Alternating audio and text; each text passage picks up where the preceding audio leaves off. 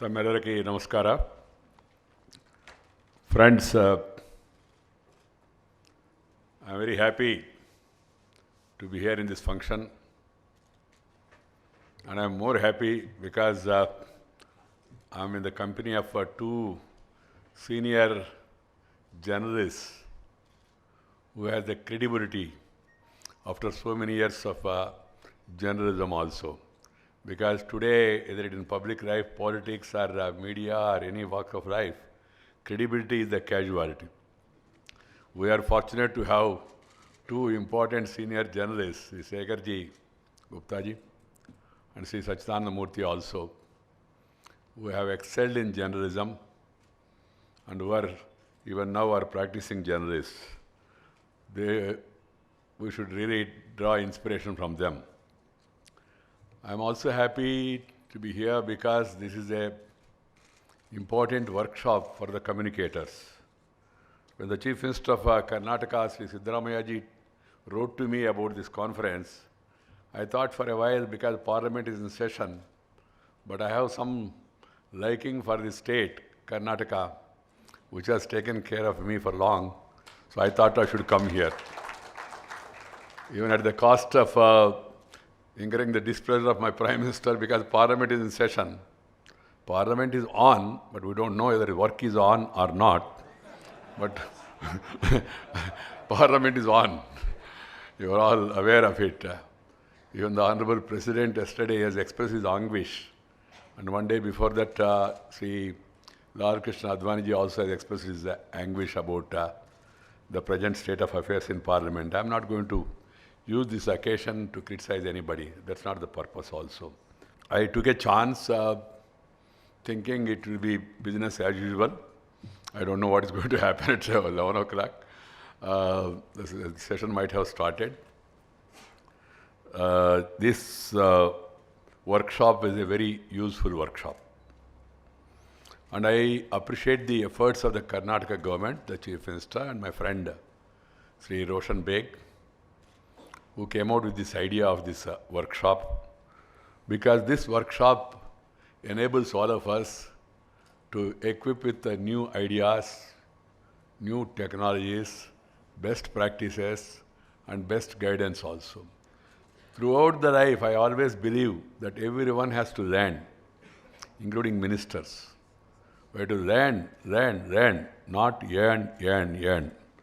That's what I believe. Because things are changing. New ideas, new terminology, new discourses. Totally you are seeing nowadays the language also. Now you say stand up, start up, incubation. All these things that we only heard about stand up only during our school days when we used to go late. This is stand up on the bench. Now it's altogether a different meaning, stand up and start up and all. So keeping that in mind, we, the communicators in the government, we have a greater responsibility to be abreast with the new technologies, new ideas worldwide. And world also has become too small now. Information, as Sekharji was telling, it's forthcoming. It's available everywhere. So what we have to do is information, we have to add only confirmation. Information without confirmation is not going to carry conviction. I feel that information with confirmation is the greatest ammunition. It's a great ammunition against injustice, against inequality, against corruption, against evil practices, against misuse of authority. If you have that information and if you pass on the information to the people, and the people are informed well what are their entitlement, what is due for them, how do they get, whom they should approach, then what is the remedy in case of denial? This is very important now because there is now aspirational India. India is aspirational now. People are expecting so much. And now with this present Prime Minister, now aspirations are gone high. Everybody thinks, "Oh, sab kuch ho jayega. Modi aaya, sab kuch ho jayega." That's aspiration. Of course, partly people accuse us also, you are also responsible for creating that aspiration.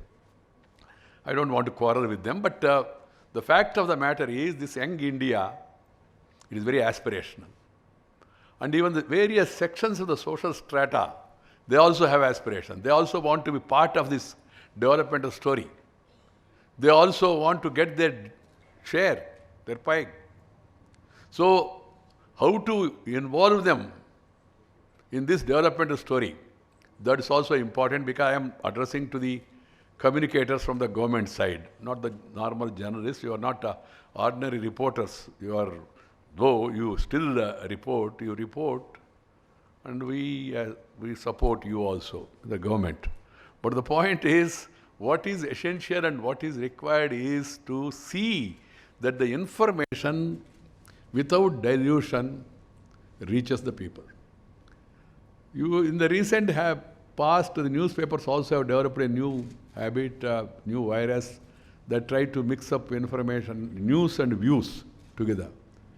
Combining news and views is really an unfair practice according to me. You give the news and then you give your views also separately. And also news means news with credibility. That is more important. Simply because you are government and you try to tom and then say Venkaiah Naidu is like this, all these things and all, they are not going to carry the people. People know what is what. They are seeing also.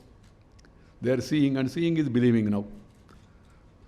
During my student days, I remember there used to be a saying about one newspaper. I have no hesitation in taking the name of the newspaper, though it's not very friendly with us, the Hindu. In the Hindu newspaper, people used to say if there is something appears in Hindu newspaper means confirmed.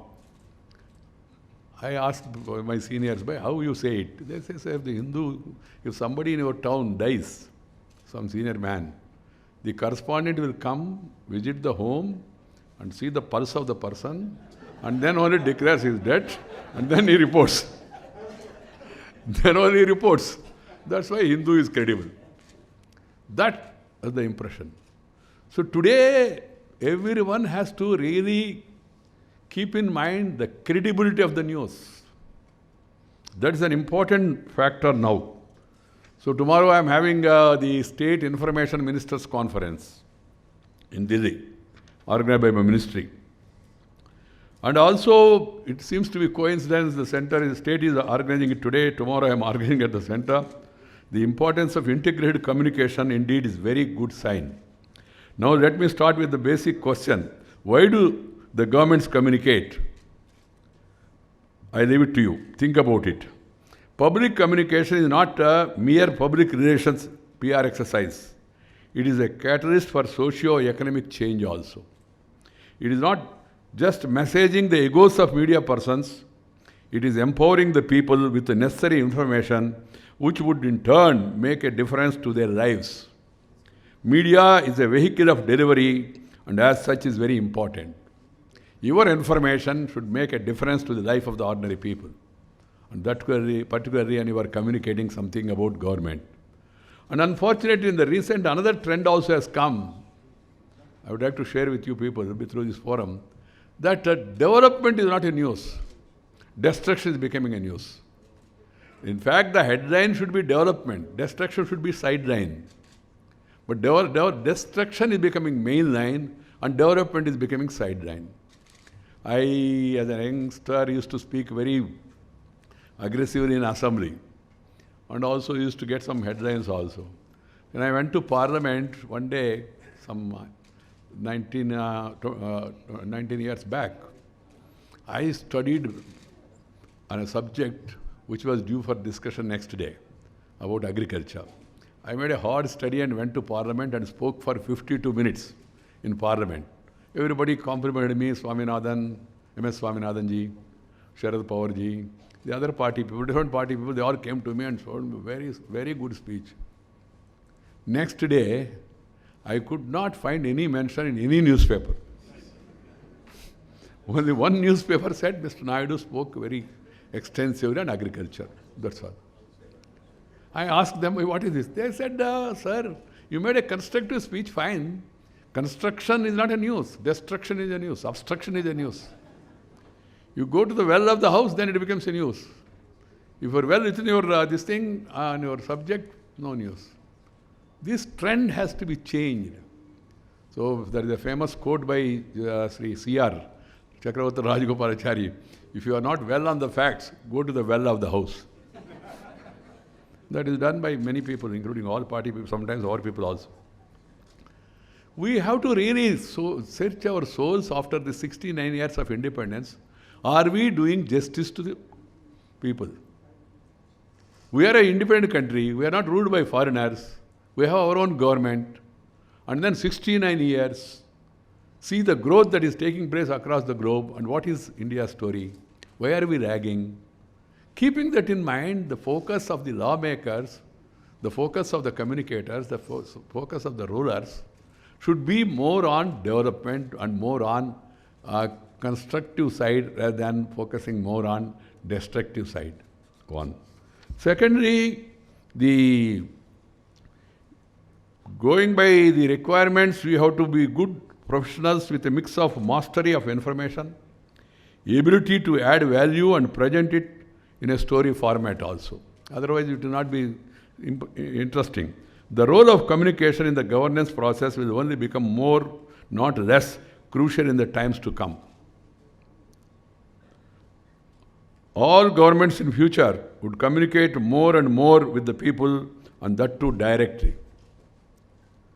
Citizens' demand for such communication will also continue to rise manifold, fueled by the increasing connections of the digital age and the increasing value of information improving our lives. Effective government communication is thus no longer a nice to have a future, but an imperative as well as driver of good governance. Now the communication with confirmation is photojournalism also now. If there is a photo, the photo speaks for itself. So that's why communication with confirmation along with the photo is a greater ammunition. That trend also, but at the same time, it conveys half-truth sometimes. Initial reactions will be different. But one has to think in terms of its impact on the society while conveying the truth. What should be the headline? What should be the story? That also should be thought of. Excellence in the priority area is not only a sacred responsibility of a democratic state, but also inalienable right of modern citizens. As such, it is central and fundamental to a democracy such as India. I guess I have answered my earlier question, why governments communicate. Simply, it is a democratic imperative.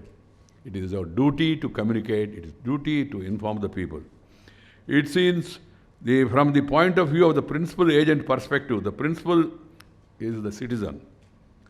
Needs all the information about the agent. Agent is the government to make informed choices. The communication helps the principal in democratic task of sorting, disciplining, and political salience. Sorting is election of policy makers. Disciplining is instilling accountability and making undesirable behavior costly. If you behave in an undesirable manner, it should prove costly. That situation has not yet come. Earlier, if you change a party, people used to curse, and then from a distance, people used to hate you. Nowadays, the situation, this man is more capable. He has changed only 4 parties, going from 4 to 6, that sort of it, because it's being highlighted. I remember during my student days, one person who was convicted for life for a murder, he was released from jail after some time. Then all it was a town, people closed their doors as a protest or a hatred towards that gentleman. But today that is not the situation, because the discourse has changed, the values also come down. And then we need to really inculcate the value system and the respect for the truth. That should be an important component of our communication system. Friends, our communication also highlights the importance of the issues, prioritizes the issues also. So informed citizenry is important for effective service delivery. Whatever the government intends to accomplish requires information, support, and will inform the people in a better manner. Recently, I had launched the Smart City mission. Prime Minister has launched it, and I am driving that. We are trying to involve the people. People's involvement is really helping us that way. I have seen in Indore, a city of nearly 26 lakh 50,000 population, 6.5 lakh people participate in the plan. How do they want to see their city? So the involvement of the people makes your job easy. So this is what the government is trying to. But in that also, the communication skills, the communication methods, the interaction, that will really help us. We have a duty as a government to explain our policies, decisions and actions, to inform the public about their rights and liabilities, and to provide the public with advice and warning, caution also. George Bernard Shaw once said, biggest problem in communication is the illusion that it has taken place. Herein lies the multiple challenges for public communicators to leave no stone unturned to make the message is delivered to the targeted audience, conveyed in a manner which is comprehensible. The role of a communicator has changed a great deal. Media is no longer a conduit of information. It has become an arena of political and policy contestations also. The role of communication has gone far beyond the traditional role of persuasion and information. It has been witnessing nothing short of a revolution recently. The public sphere has undergone a multi-dimensional transformation. The new realities of the information age are advent and dominance of a multitude 24/7 TV news as well as general entertainment channels also. Earlier there was an advantage to have one channel, Doordarshan, only one channel. दूर से दर्शन करना, black and white में देखना, उसी को विश्वास करना, करे ना करे कोई आपके पास कोई रास्ता नहीं था उस समय. But today you have more than 893 channels. Making news, breaking news, good news, bad news, नहीं तो खुद उनका न्यूज़, एक दूसरे के खिलाफ news. So in this passage of information, very quick, very fast sometimes. He told us also about the adding the figures also those days. Now the same trend is followed by electronic media. If there is some collapse, something and all, if one channel puts 35, the other channel should put 45. There has to be some progress. I personally have an experience in Hyderabad, and there is Panjagutta flyover collapsed. I was just entering the city. So that happened. I went there, it was raining, and then I went home. I made inquiries there. And then they told me, sir, around 4 people have died, but still debris is on, we are trying to clear it. I went home. Then before going to bed, I just saw the headlines of one of the channels, which is sensational. Then I found the channel added some 12 people have lost their lives. Then in the morning, I saw the newspapers, it did not happen. I told that gentleman, what happened? Why you added 12? He said, sir, if evening at 7 o'clock, if it is 4, naturally by late night, the number will go up.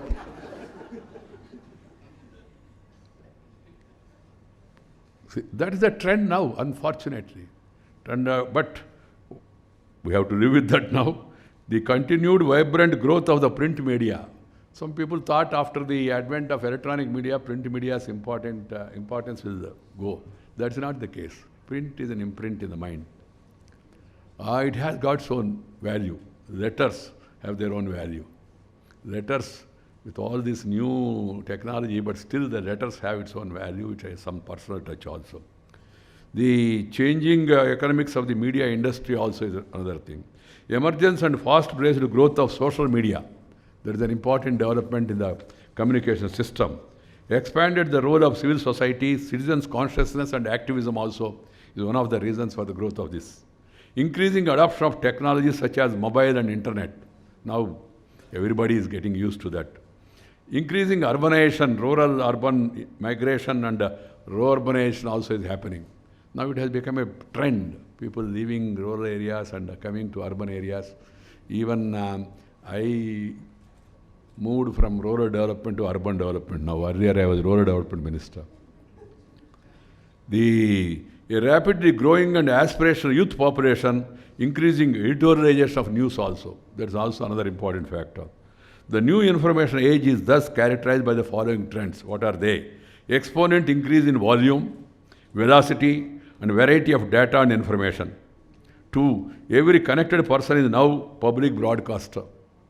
3. News breaks and dies also. 24/7, 365.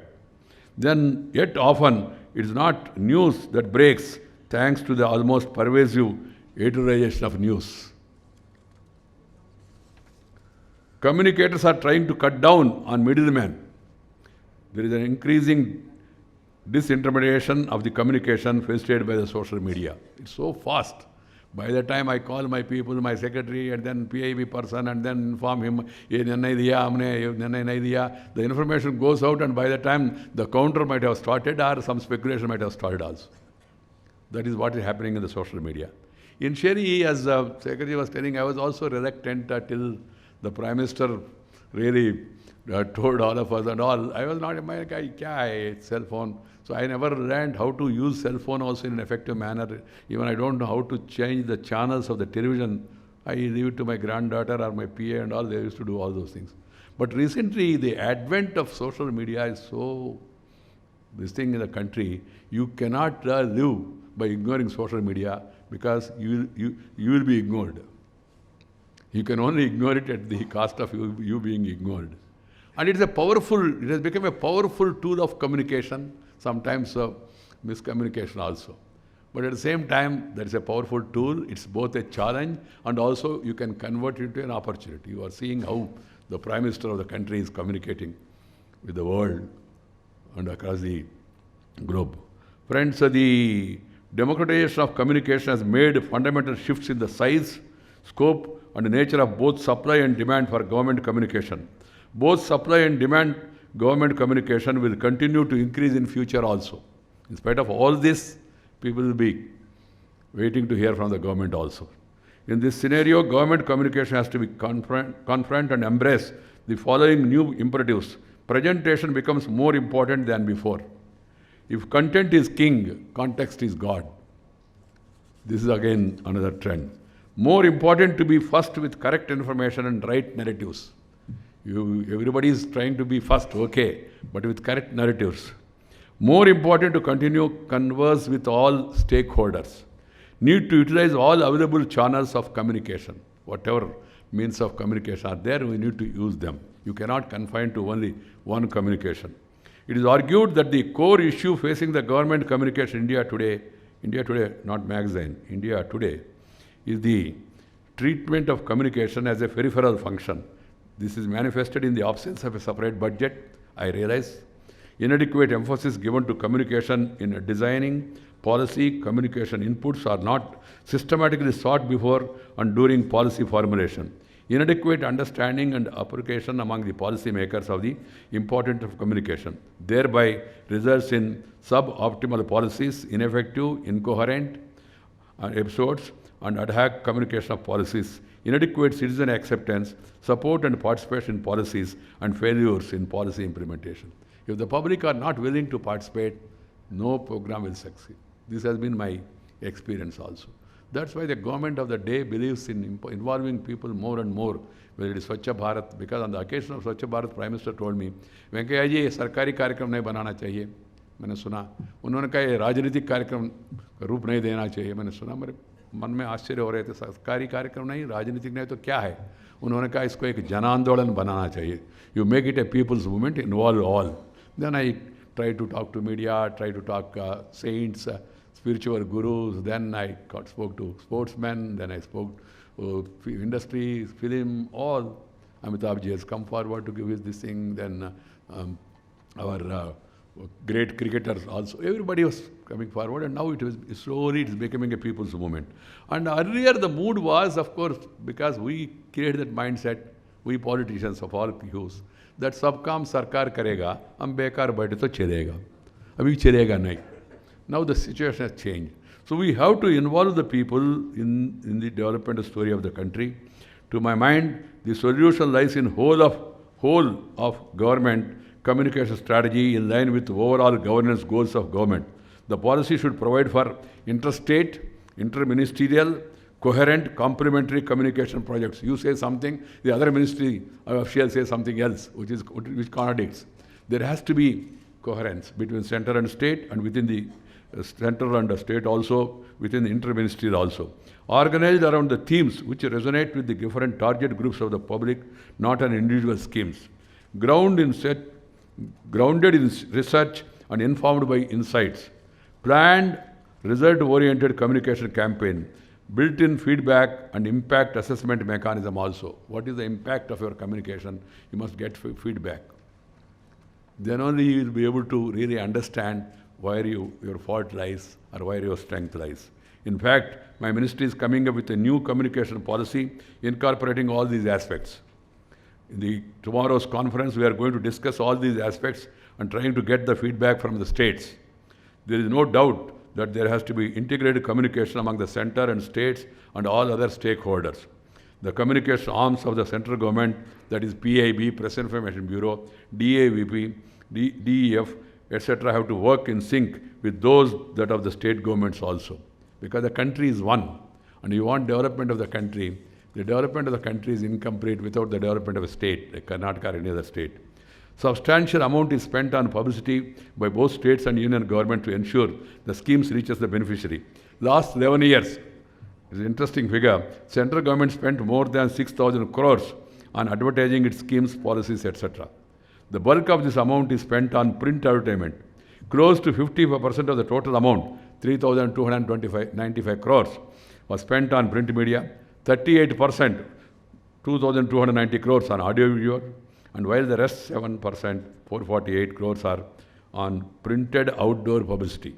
But sadly, the government is not getting its return on print expenditure because of multitude of factors. Some factors related to government advertising arm of DAVP are wrong calculation figures. This is what people complain to me. Many newspapers are being printed once, twice a month, sometimes only getting DAVP ads. Recently I found that on record, 1,12,000 newspapers are there. 1,12,000 newspapers. Not even 12,000 are actually functional. And then they form an association, they come to me, sir, no, so you must support this. I said, I will support here. First give a report. What is your they say, no, small paper. I said, small paper also, there should be some account, na? And recently I found in Lucknow, 65 newspapers are published from one printing press. I said, what a great printing press, how big it is. They said it is like a car shed, sir. 65 newspapers.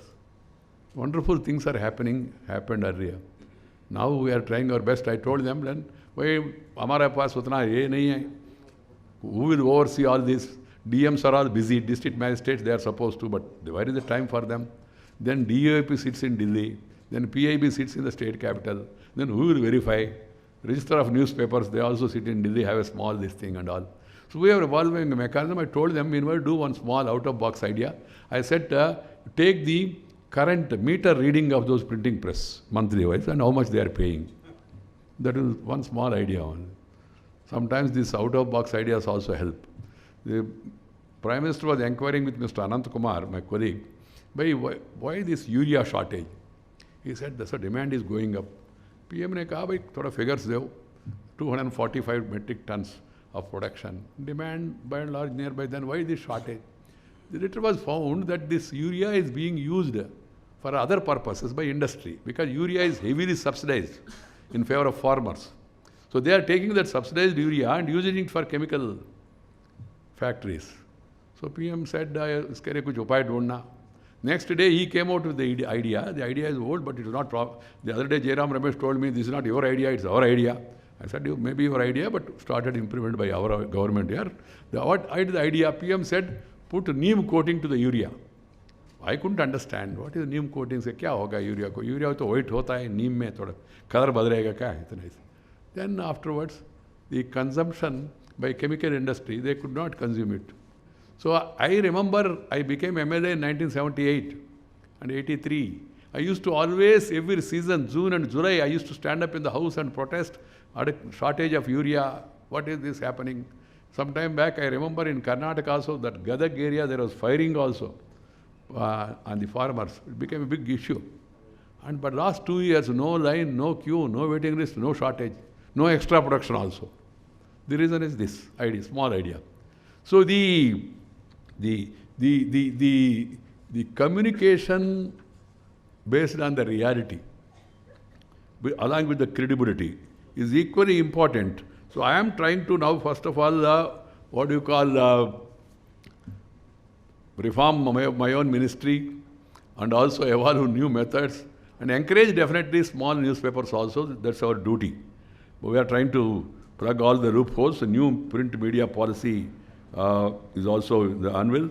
So one lacuna that I found with public communicators, and more particularly in states, is that you tend to revolve around individuals, collectors, ministers and chief ministers. These are three important institutions, of course, given their standing in the governance matrix. They keep going out information concerning public life. But you cannot limit yourself giving wide traction to their speeches only. Public communicators' perspective should go beyond speeches of these three categories, here and also there also, in Delhi also. You should focus on coming out with your own narratives based on regular study of policies, progress of various schemes, implementation of projects, their impact in the form of success stories, organizing field visits, etc. This result is enhancing your credibility as a source of good information, and you emerge as a brand in yourself. Nature of media platforms is undergoing rapid change. While the traditional media enables one-way communication, the new platforms of social and new media enables instant and two-way communication between the government and the people. The challenge is how to make best use of available media mix. Given the diversity of social, economic and geographic settings in our country, both the traditional and new and social media platforms are important and need to be appropriately integrated for effective information delivery. Professionalism is the key to the success of public communicators. This includes mastery of information, adequate understanding of socio-economic context, writing skills, technical competency to handle new and social media platforms. In a nutshell, a public communicator needs to be correct, credible, complete, competent, and creative. These are the C's that are required. You should have healthy respect and liking for the work you are tasked with. Information management and enabling flow of such information to the targeted sections of the people is a highly rewarding experience. If you do like that, then what you are doing, your work will be really recognized. It will be more productive also. First of all, you must start loving your work. ये क्या है, ये तो सरकारी में है, बाहर है तो कुछ मिलेगा और कुछ इधर उधर भी जा सकते हैं और कुछ कर सकते हैं वगैरह. Nowadays, that rekha between both is almost being erased. You are also free to collect information, but before communicating to the people, you have to connect also. What I want to say, friends, is that you must love the work which you are doing. Sometimes people ask me, Venkaiah ji, yesterday I was in Parliament. Late evening I came to Hyderabad, attend a program. Morning I came here. Now again 3 o'clock I am going to Hyderabad, attending a program. Again going back to tomorrow because that conference is there. And tomorrow evening I am coming back. And then again day after tomorrow morning I am going to Gulbarga. Evening I am coming back. Next day morning again I am going to Delhi. People ask me, what is it happening? How do you do it? I am not that much young as I used to be. I am also becoming old now. I am 67 plus. So, but I enjoy what I am doing. That's why I am able to move around the country in spite of little health conditions and all. So what I suggest to you is personally is please grow beyond your created PR outlook. You are a progress resource for the people. You are a progress resource for the people. Keep that in mind and enjoy your work. And I once again would like to thank the Chief Minister of Karnataka and also my friend Mr. Roshan Beg for organizing this function. And I convey my best wishes to all of you. Thank you very much. Namaskar.